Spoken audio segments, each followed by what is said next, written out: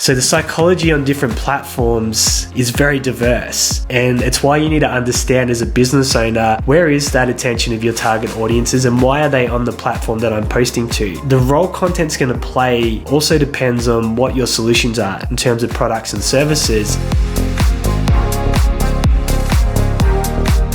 The psychology of content, the role that it plays with your target customers and your business moving forward. And we'll start with an exercise. Most people that see this video have no idea who I am. I'm just a nobody staring down a MacBook Pro camera in a poorly lit room speaking into a Rode mic. Instantly, the psychology of content is taking place. For people that are into aesthetics and production and lighting, it's going to repel them going, this person has no idea what they're doing. Whereas on the other side of the table sits someone that likes the authenticity piece and goes, okay, they're clearly not obsessed with aesthetics and production, and they're quite comfortable showing up in that setting to do a podcast episode and put themselves on video. So we're going to have one school that gets repelled by the way that I've chosen to do this, the other that leans into it. So if you're listening on Apple or Spotify, that might have created a visual for you to get a sense for what I'm talking about right here. But let's start with the intention of why you would even listen to this in the first place. And for those of you, by the way, who have stayed this far and don't know me, my name's Aaron Whitnish. This is a content marketing podcast. I'm the co-founder of Content Only. We create in the region of 400 original videos and written posts for our clients every single month. With a piece of content like a podcast, people are seeking out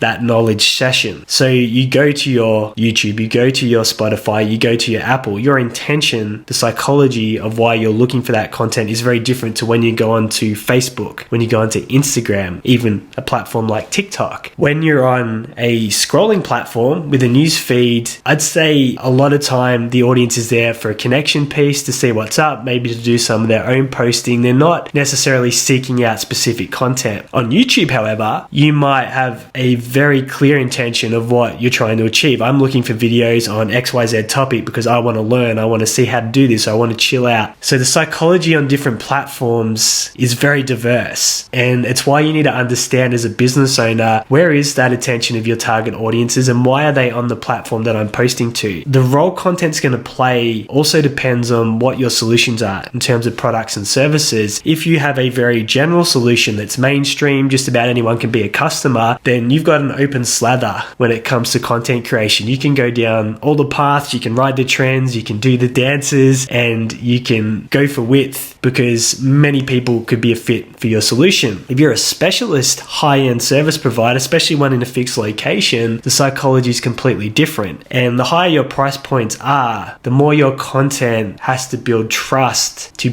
play that passive role in whether people become customers into the future or not. And I'm going to share a story about when I was in my early 20s, and it paints a picture as to why I'm really obsessed with content and why we launched Content Only. When I started out, I didn't have social proof, I didn't have credibility, I didn't have case studies or testimonials, which is the case for most business owners. In your early 20s, you're also talking as an agency to established business people that have been around for a while. One advantage of that is when I started out I launched my first company in 2010, the older business owners came to the younger generations for the social media, for the tech, because they assumed that the younger generations were across this and they weren't. So that was an advantage. But when you don't have those foundational pillars up your sleeve, how can you show someone that you have the knowledge or expertise in what you're talking about to be able to support them? And that's where I used to write how-to posts. If you go back to my Facebook feed, that was my primary platform, go back to those early days and look at the posts I was writing, you'll see they're very detailed, informative, long-form posts that take someone from A to B. Here's a problem, here's the steps to get a solution. And that was a foundation of building my business before I had all the social proof to back up what I was doing. So I use content as a way, if someone stumbled across that post, they can go, okay, he's written that, he knows what he's talking about, I can trust this knowledge to an extent. And then from there, it would usually lead into a longer piece of content in the form of a presentation, a workshop, so forth, where I could further deploy knowledge and show that I knew what I was talking about in order to get someone on board. So content's always been the conversion vehicle that I've used and something that's given me confidence as a business owner. And your lack of content or your production of content, the way you present content is all playing a role in the clients that you're attracting, how you're converting, what that conversion percentage looks like, and also the investment people are willing to pay for your solutions. So if you're not posting any content and you're advertising and you're promoting and you're using marketing strategies to get clients, just think about how that could be undoing a lot of that work. Because what happens when you get a prospect, particularly if you're in a more of a premium service or solution in terms of what your business offers, this generation that spends an average of 147 minutes a day on social media, what are they going to do? They're going to look. They're going to go to your social media. They're probably going to go to Google and they're going to see what they can find. And if they've found you on an ad and they don't know who you are and there's not a lot happening in terms of content, or the content's poor and it's not creating more trust, then it's working against you and it's actually lowering those other marketing efforts. On the other hand, if you've got great content that's solving problems, it's bringing out the personalities, it's authentic, there's people from the business featuring in that content so they can see names and faces, hear voices, then if that resonates with them, that's going to create a lot of trust a lot sooner and have a key role in your ability to convert business. And if we go back to the start of the podcast where I use myself as an example as either attracting or repelling, content's going to continue to do that. And if you do it well and you do it authentically, you attract the right tribe and the right sort of clients to your business that do like your approach, that do like your style if you're being a true version of yourself in that content for the business. A good question to ask is, what first impression do I want my content to make to a stranger, and am I achieving that with my current approach? As more and more synthetic or AI generated content enters the feeds in much higher volumes, is it humanization that's going to help your business to stand out? The flip side of that is if you have a low barrier to entry product or service that